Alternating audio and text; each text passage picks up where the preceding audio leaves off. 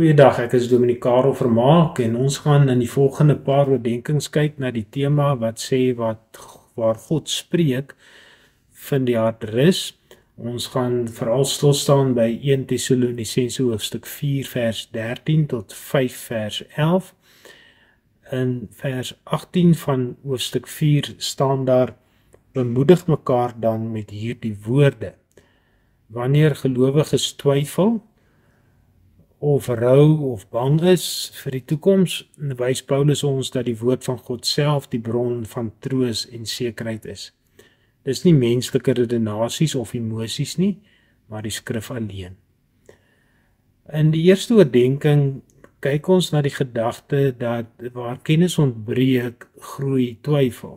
In vers 13 van 1 Tessalonisense 4 staan daar: maar broeders, ek wil nie hê dat julle onkundig moet wees met betrekking tot die ontslapenis nie.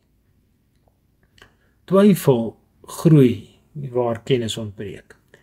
Die gemeente in Thessalonika het geworstel omdat hulle nie verstaan het wat tydens die wederkoms met afgestorwe gelowiges gaan gebeur nie.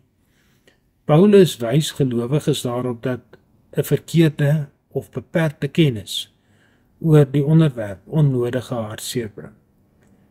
In vers 13 waarsku Paulus die gemeente teen onkunde.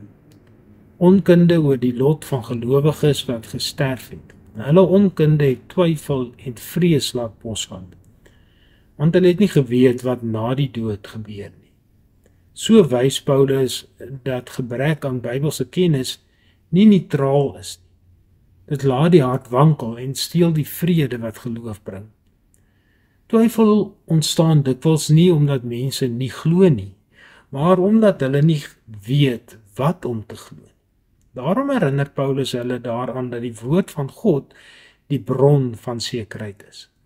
Ons hoef nie te treur soos die wat geen hoop het nie, want ons weet dat die dood nie die einde is nie.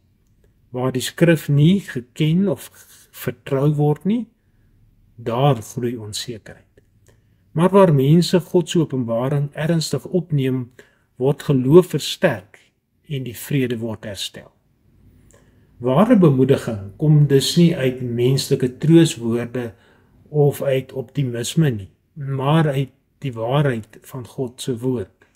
Die Bybel vul die leemtes wat onkunde laat en bring helder lig in die donkerte van onsekerheid.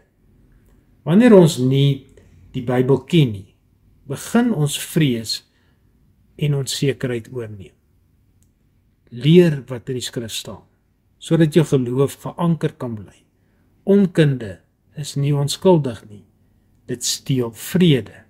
Vra vir jouself vandag, is my twyfel nie dalk die gevolg van my Bybelse onkunde nie? Kom ons bid saam.